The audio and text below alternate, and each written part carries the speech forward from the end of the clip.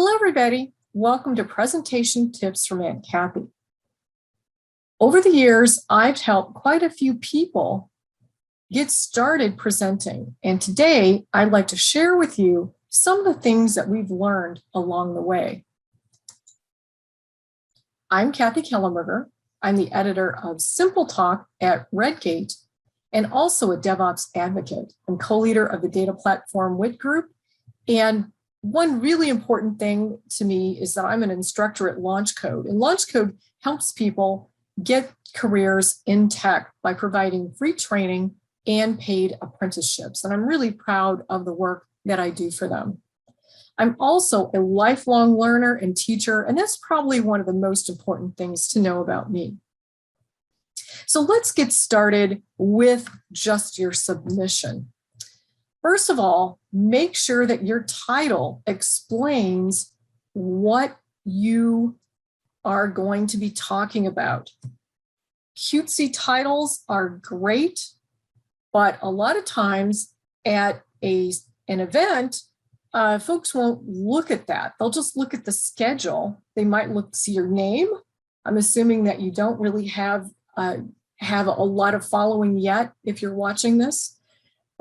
So make sure that what you're talking about is, you can figure that out just by looking at your title.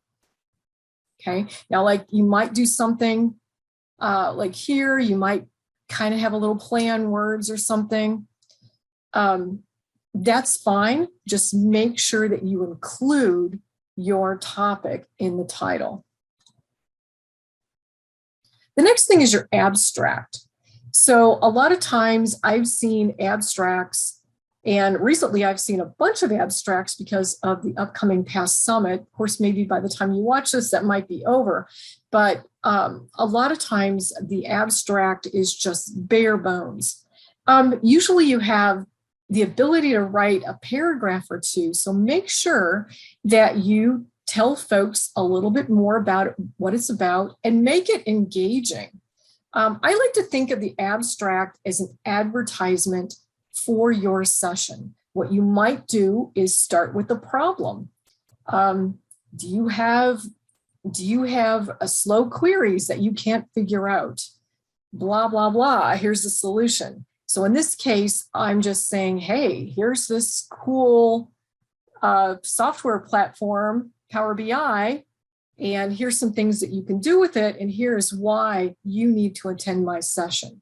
So I think this can go a long way towards getting your sessions chosen at events, as well as making it compelling for those folks who actually do click the name of the session and drill down to see what it's about. So spend some time on this and make sure that you do spell check, maybe throw it out into Grammarly, which you can use for free to make sure that the punctuation and wording is good as well.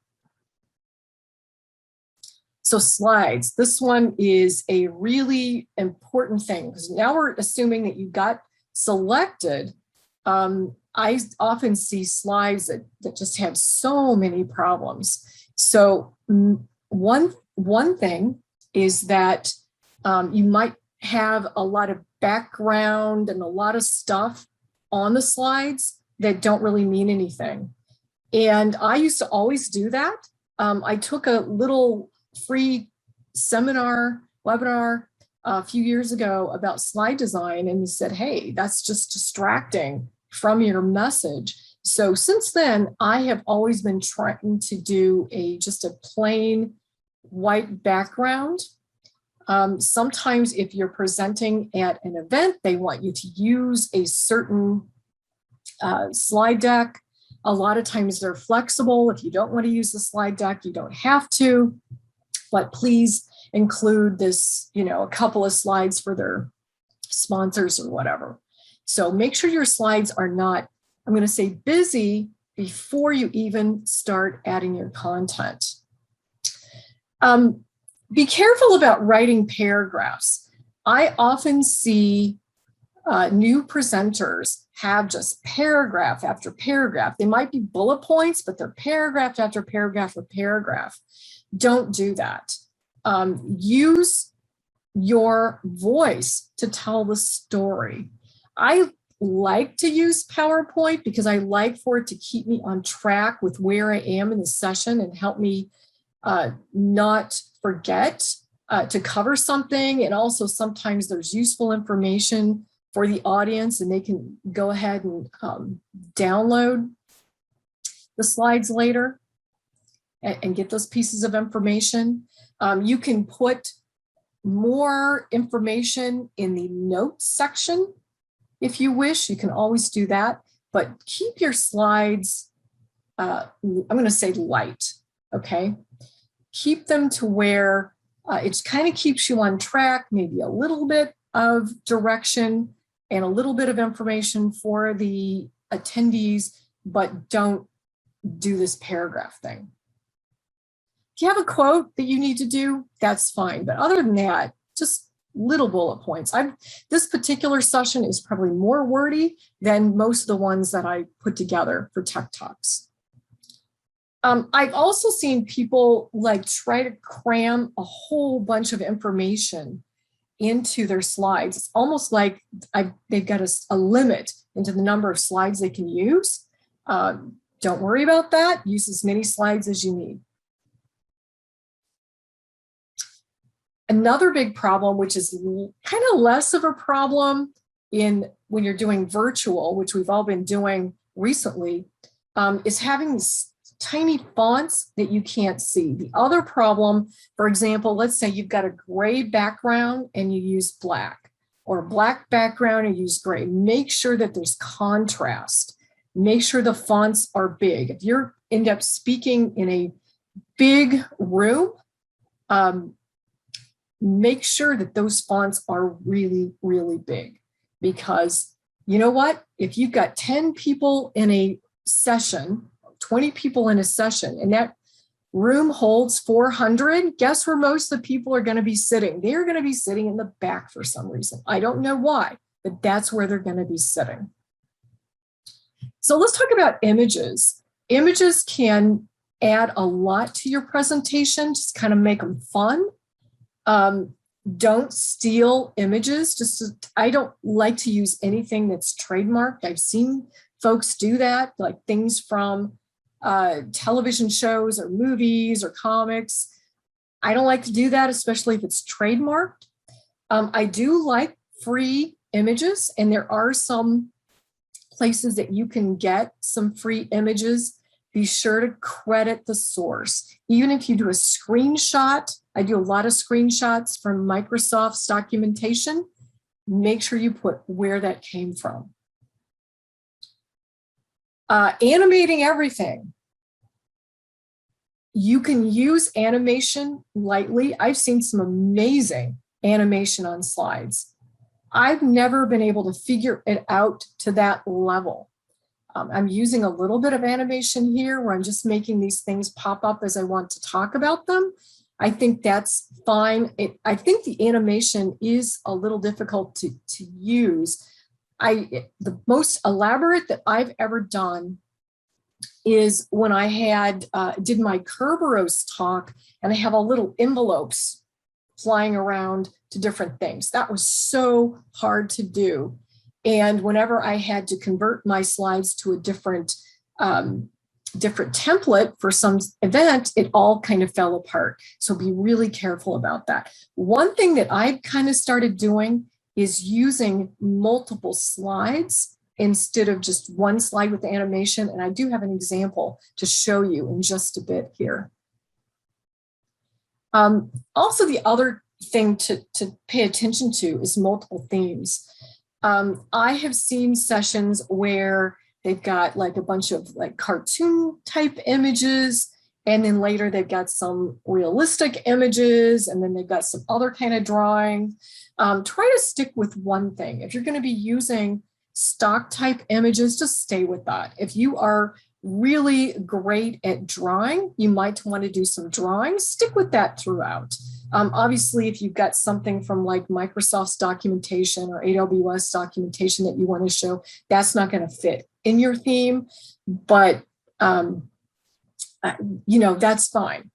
but I think it's really fun. I think it's going to be more engaging for the audience if you do something like that. And Kendra Little, that many of you may know, she often does drawing. She's a great artist, or sometimes, even though it has nothing necessarily to do with the session, it might a little bit, but she'll use like pictures of her dogs throughout.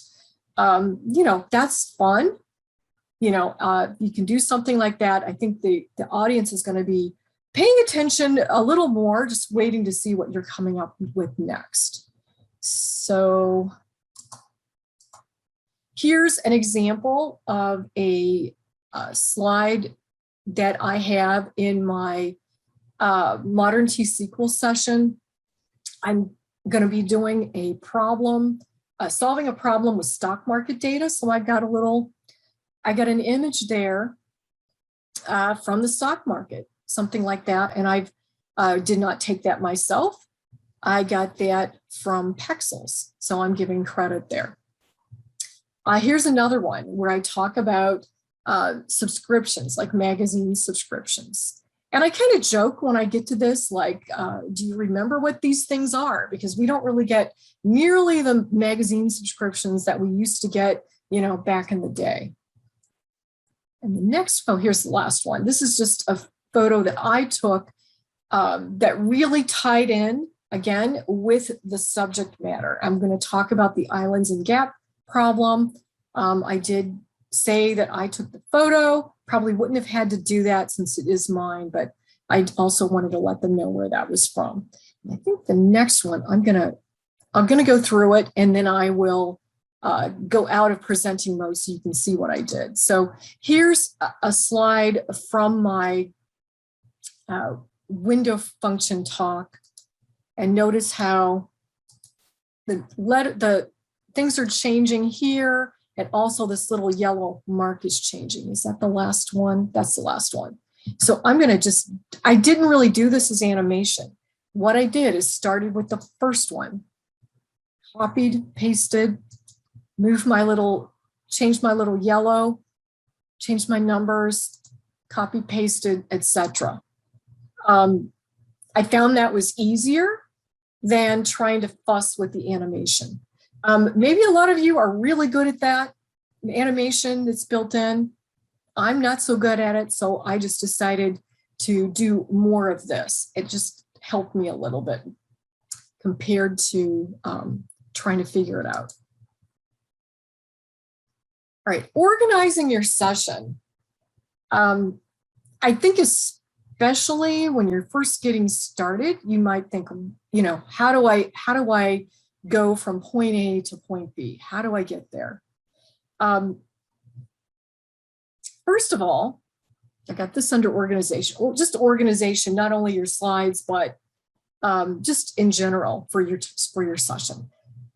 Don't save your slides and codes just locally. You might keep them there. What I like to do is put my code and slides out on GitHub, and then I direct people to GitHub to download them. But typically, I also have Dropbox running locally, and I have a folder for each session that I give in Dropbox. So if for some reason I would have to borrow someone's computer, my computer crashed or whatever, I could easily get to my slides and code. Now, I might have another problem because I might have some special demos or whatever. So it might not always help, but maybe you can also save like backups of your demo databases, things like that. So try, if at all possible, to not depend on your laptop. And of course, some folks bring 2 laptops to events just in case they have a problem with one. I typically don't do that because it just gets really, really heavy when you're trying to hang out at the airport waiting for your flight. Just jump in. May not always be a good idea. Maybe if you have it really in your head exactly what you're going to do, that might be a good plan. Typically, if I'm doing a brand new session, I will start by creating an outline in PowerPoint. But what I mean by that, I will create a slide for each major area, just with the title. You don't have to stick with that. Often then I'll tweak it a bit as I get in, but I start with that big picture and then I start drilling in the details. Another thing that I like to do is just kind of talk through what I want to talk about. So there is a dictate feature that I don't really use it in PowerPoint so much. It isn't PowerPoint, but there's a dictate feature in Word that I often use to just kind of talk through what I want to talk about. And then I can then kind of pretend like I'm explaining it to someone. And then I can take that and use that as notes or use that as a script if it's something that's got to be really, really exact, or just, pull pieces out for the outline. So you have a lot of tools at your disposal. So, take advantage of them. Don't rehearse. So don't wait until your session to go through the whole thing. Be sure to rehearse. Be sure to have at least one rehearsal, if not more, that you don't break the fourth wall. So what is that fourth wall? So the fourth wall, kind of like in television where they kind of talk to the audience directly. Sometimes there's shows built around that. When you're rehearsing, just pretend like you're doing it for real. Do a recording or do it for someone. Don't stop and say, oh, what was I going to say about that? Try to work those things out before. If you do have to do that, then do another rehearsal. And often doing a rehearsal will help me realize that I don't quite have something down. There's something that I didn't quite, think through. So be sure to do that and stay in character. Oh, this one is so bad. If you're at an event, or even if you're doing it virtually, don't upgrade or change your demos at the last minute.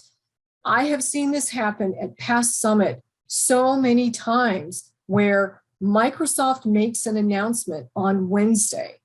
Someone's presenting on Thursday, and because of that announcement, they go in and try to change everything at the last minute or upgrade to this new beta of SQL Server, Community Technology Preview, I think they call it, CTP, at the last minute, or they're trying to figure their demos out the night before.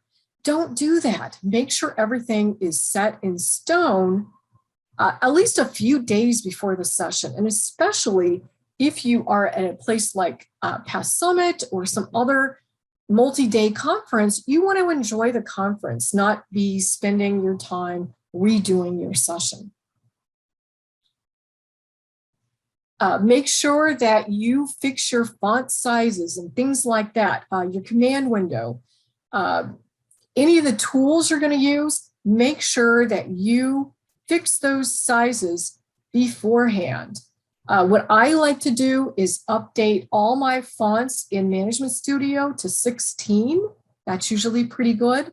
I also, where you can highlight code, by default, that's hard to see. I always change that color to yellow. Do that all before you get up in front of people. I've seen so many presenters wait until they are start their session and then go in and start trying to change font sizes. Don't do that. Do a run through. You may not want to do a full rehearsal, but do a quick run through of your demos the day before, or if you're presenting in the afternoon, the morning before. Just make sure everything is in place and ready to go. So 60 minutes before your session, that is a critical time. And you want to make sure that you do not panic. You might do some special breathing. Box breathing is like the inhale for 4 seconds, hold it for 4, exhale for 4, wait for 4. So you're making a box with 4 seconds, or meditation, or, something like that to just kind of relax. I personally felt more stress speaking at live events than I do virtual. However, I still get those butterflies, even after being a presenter for over 15 years. I feel like that's the adrenaline kicking in. That's that extra energy that you need.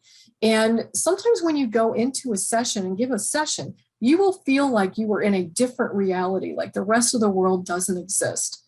That to me is just being in the zone. And hopefully you get that. So don't worry if you feel the butterflies. Just go in there and do your best, and chances are you'll be amazing.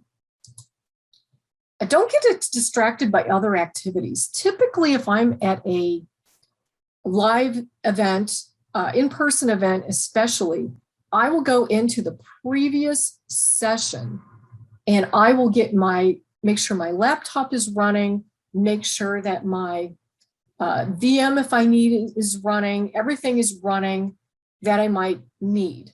Okay, make sure everything is ready to go. Don't shut off your laptop. Don't shut these things off right before your session. Do not do it. Make sure everything you need is running, as I just mentioned. And don't forget your demos. You may have put this session together a month ago. You may feel really confident, and this has happened to me. I get into a demo and what was I trying to say with that? And that's a bad thing. But I try to go through all of my demos. I always do this, go through my demos before the session. However, sometimes I don't talk through them. So that's something that I need to work on.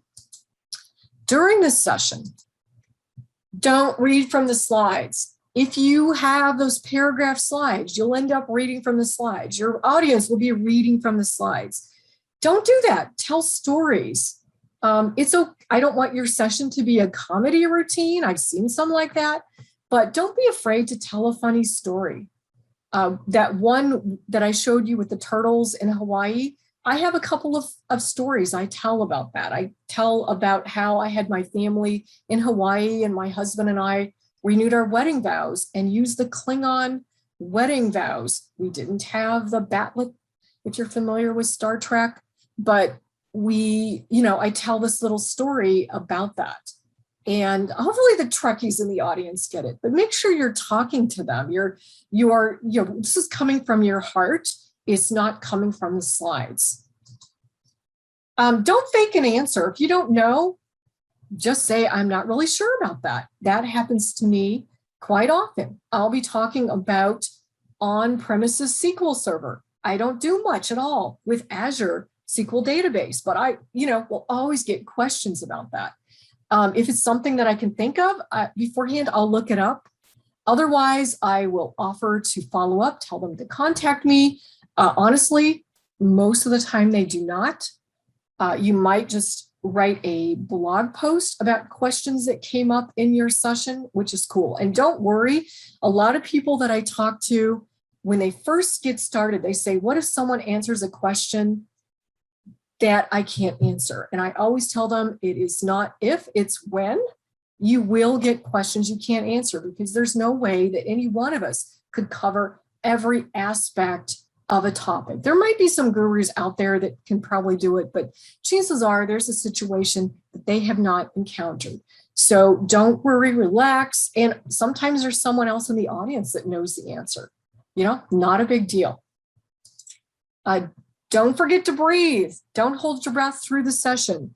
This is fun. Once you get started presenting, it's really addictive. It's so much fun. And we've been away from live sessions for so long, but, there's nothing like a crowded room, especially where people are like sitting on the floor against the wall because the chairs have run out, and they love your session. That is the best. And, you will definitely get there. You will get to that point if you stick with it. If you give up, Well, no, but if you stick with it, you'll get to that point. Don't answer your phone during this session. Make sure you completely turn it off. Take off your smartwatch, because what happens, even if it's on silent, sometimes they will buzz, and that's distracting. If you've got a smartwatch, it might buzz. Mine will buzz sometimes because there's an app I use, and it's going to reminds me, hey, you didn't drink enough water yet today, something like that. So just turn all that off, completely turn off your phone. Or if you don't want to completely turn it off, maybe at least put it in airplane mode. Don't type lots of code during this session. Chances are it's going to be really hard. You're going to have typos. I do occasionally type some code if somebody asks for something, or I look at an example and I'm like, let's do this little thing. There's nothing worse than trying to code and have people watching you do it. I don't think there's anything worse, because you are going to go slower. You're going to make mistakes. Try to have everything already in your demo files. After the session, I've gotten through the session, you had a big crowd, it went great, you got lots of questions, you are on cloud 9. What do you do now? Don't stay at the podium to answer questions, especially if you are someone that people know, or if you just had an amazing session. They will run up to the podium to ask all their questions they did not ask during this session. What I want you to do, please, please, please, unplug your stuff. Move your laptop and all your other equipment away from the podium to make sure that the next speaker can get set up. I don't know how many times I've had 15 minutes between sessions and the speaker went over and then didn't move away. It's just rude. And lots of the big name speakers do this. Please do not do this. Get out of the way. Make room for that next speaker. And hopefully that the previous speaker before you does the same. And of course, this is the live sessions. Well, I should say in person, because we are doing some live remote in-person sessions. Just forget about the session. That was done. We're done.